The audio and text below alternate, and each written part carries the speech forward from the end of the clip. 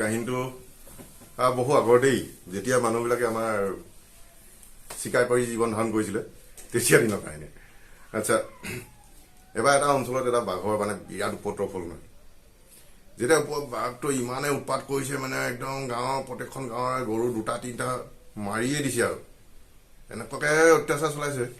মানুহবিলাক অতিষ্ঠ হৈ গ'ল মানে, এইটোতো বাঘে আমাক এতিয়া ধ্বংস দিব, কি কৰা যায়, আমাক খেতি কৰিব নোৱাৰা কৰিব এই বাঘটোৱে, এইটো যেনেকে তেনেকে হ'লেও আমি মাৰিব লাগিব।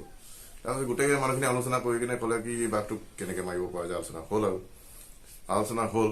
তেতিয়া মানে সেই কিখন গাঁৱত এটা চিকাৰী আছিলে, চিকাৰীটো বিৰাট বিখ্যাত আছিলে তাতে। সি বাঘ বুলিয়ে নহয় যিকোনো জন্তু মানে সি গ'লে সি থয় আৰু।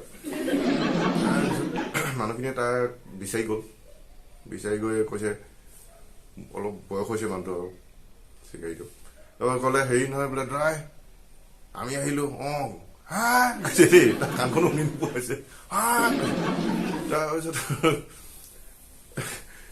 গোটেই মানুহখিনি গৈ কৈছে বোলে আমাৰ এটা বাঘ ওলাইছে নহয়, বাঘটো মাৰি দিব লাগে।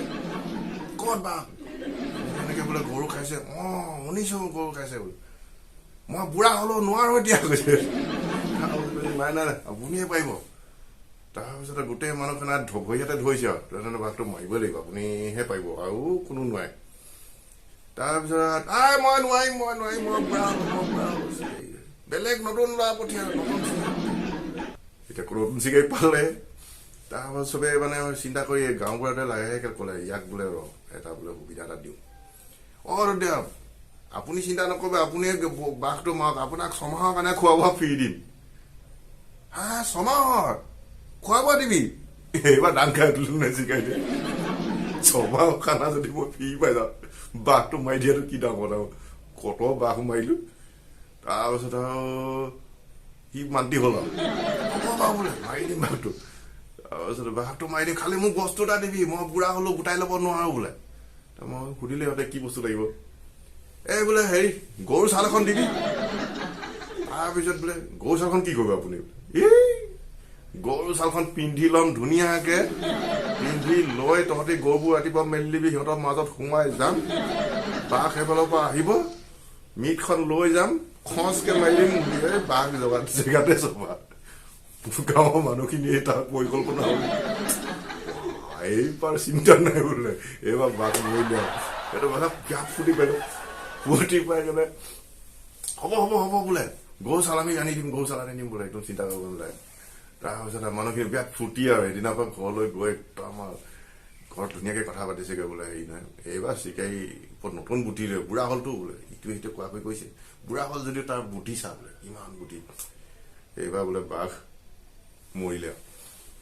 তাৰপিছত আৰু এনেকে কৰি আৰু পিছদিনা গাঁৱৰ ডেকাখিনি আনি গৰু চাল দিলে, হৈ যাব, কাইলৈ ৰাতিপুৱা বোলে গৰু মেলি দিয়া সময়ত মই ওলাই যাম একেলগে এইফালৰ পৰা গৰু এটা আহিবি, নহলে ধৰি দিবি, চিলাই তিলাই দিবি, হ'ব আমি গোটেইকেইটা আহিম বোলে।